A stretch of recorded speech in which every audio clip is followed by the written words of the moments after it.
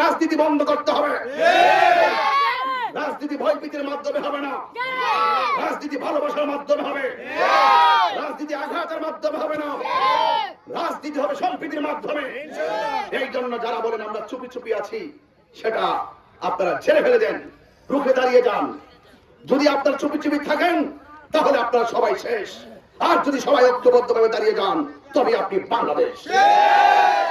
আপনাকে রুখে দাঁড়াতে হবে, আপনাকে আপনার ন্যায্য কথা বলতে হবে, অধিকারের কথা বলতে হবে, আপনাকে বুঝিয়ে দিতে হবে এই দেশ সবার। আপনি যেমন রাজনীতি করার অধিকার আছে, আমারও রাজনীতি করার অধিকার আছে। আপনি যেমন ভোটাধিকার প্রয়োগের অধিকার আছে, আমারও ভোটাধিকার অধিকারের অধিকার আছে, ভোটাধিকার প্রয়োগের অধিকার আছে। আপনার যেমন ভোট পাহারা দেওয়ার জন্য এজেন্টের প্রয়োজন আছে, আমার ভোট পাহারা দেওয়ার জন্য আমার এজেন্টের প্রয়োজন আছে। পোস্টার ব্যানার পেট্রোল বিলবোর্ড লাগাবেন, আমারও পোস্টার ব্যানার এবং ব্যানার বিলবোর্ড লাগানোর অধিকার রয়েছে। আপনি শান্তিভাবে আপনার প্রচার করুন, আমি আমার প্রচার করব, কোনো বিঘ্ন ঘটাবেন না। আমি যখন খবর শুনি চা শ্রমিকদেরকে হুমকি দেওয়া হয়, এর চাইতে লজ্জার, এর চাইতে নিকৃষ্ট কথা আর হতে পারে না। যারা দিনে এনে দিনে খায় তাদেরকে যখন মামলার হুমকি দেওয়া হয়, হামলার হুমকি দেওয়া হয়, জুলুমের হুমকি দেওয়া হয়, এর চাইতে বোঝা যায় আপনার ভিতরে মনুষ্যত্ব নেই, মনুষ্যত্ব নামে একটি প্রশ্ন বসবাস করতেছে। রাসূলুল কারীম আম্মা বাদ।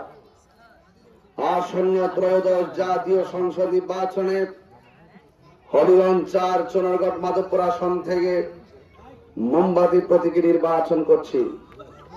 আজ শাহজাহানপুর উচ্চ বিদ্যালয় ময়দানে মোমবাতির সমর্থনে যারা উপস্থিত হয়েছেন আপনাদের সকলকে আমার অন্তরস্থল থেকে মোবারকবাদ জানাচ্ছি।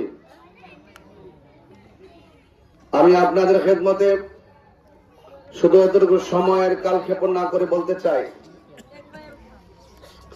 আমার পূর্বে আল্লামা মুশতাক আহমদ কাদরি আল ওয়াইসি সাহেব, কোচ দরবারের পীর সাহেব হুজুর আপনাদেরকে অনেক কথা বলেছেন। আমি শুধু এতটুকু বলতে চাই, আমি এই মাঠে অনেকবার ওয়াজ করতে এসেছি। কয় বছর? 14 বছর ধরে এই মাঠে আমি ওয়াজ করতে আসি ধারাবাহিকভাবে। আপনারা আমাকে চিনেন, রাত্র 2টার পরে আমি মাইক ধরতাম।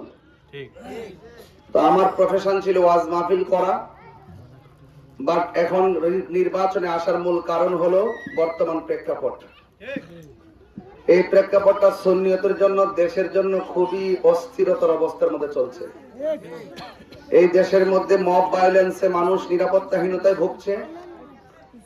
এদেশের মানুষ ধর্মীয় দাঙ্গা লাগিয়ে দেশকে একটি উত্তেজনাকর পরিবেশ সৃষ্টি করছে।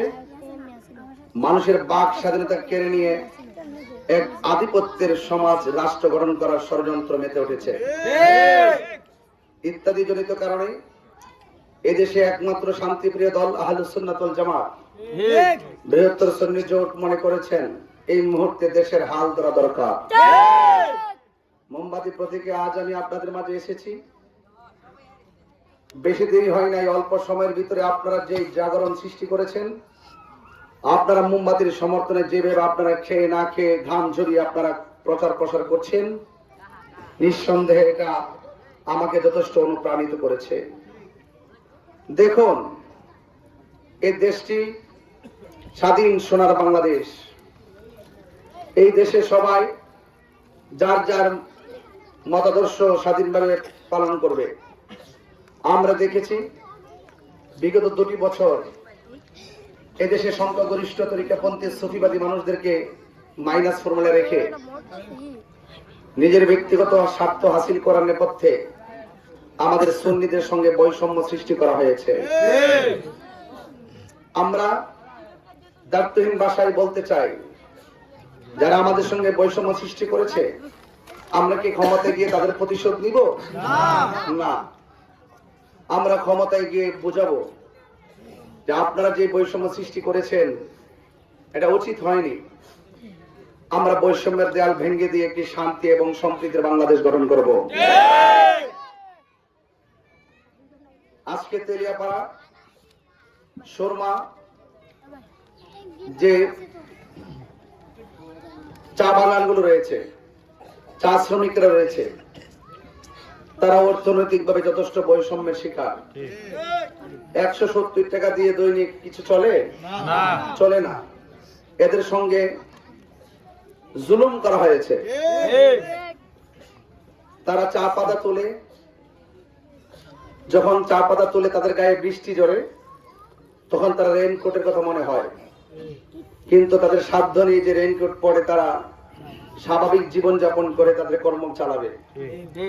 আমি কথা দিয়ে যাচ্ছি, আপনারা চা শ্রমিক যারা রয়েছেন, আপনাদেরকে কথা দিয়ে যাচ্ছি, যদি আল্লাহ পাক আপনাদের দোয়া সমর্থনে এই চুনারঘাট মাধবপুরে খেদমত করার সুযোগ দেয়, আপনাদের রেইনকোটের ব্যবস্থা হবে ইনশাআল্লাহ।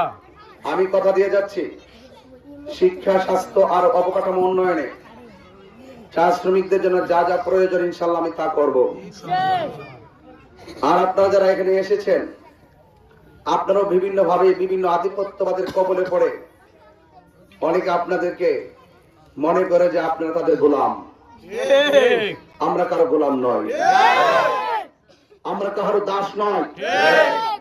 আপনাদেরকে ওই দাসত্ব আর গোলামির জিঞ্জির থেকে বেরিয়ে আসতে হবে।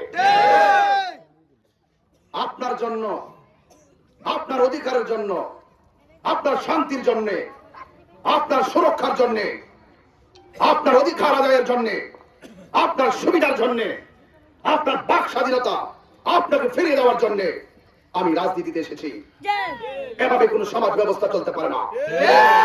আমার সুন্নি, আমাদের বন্ধু, আমাদের আত্মীয় যখন গিয়ে বলি মোমবাতি প্রতীকে ভোট দিবেন, আমাকে বলা হয় আমার ঘরে সব মোমবাতিতে ভোট দিব, কিন্তু একটু সমস্যা আছে, ডরাই ডরাই।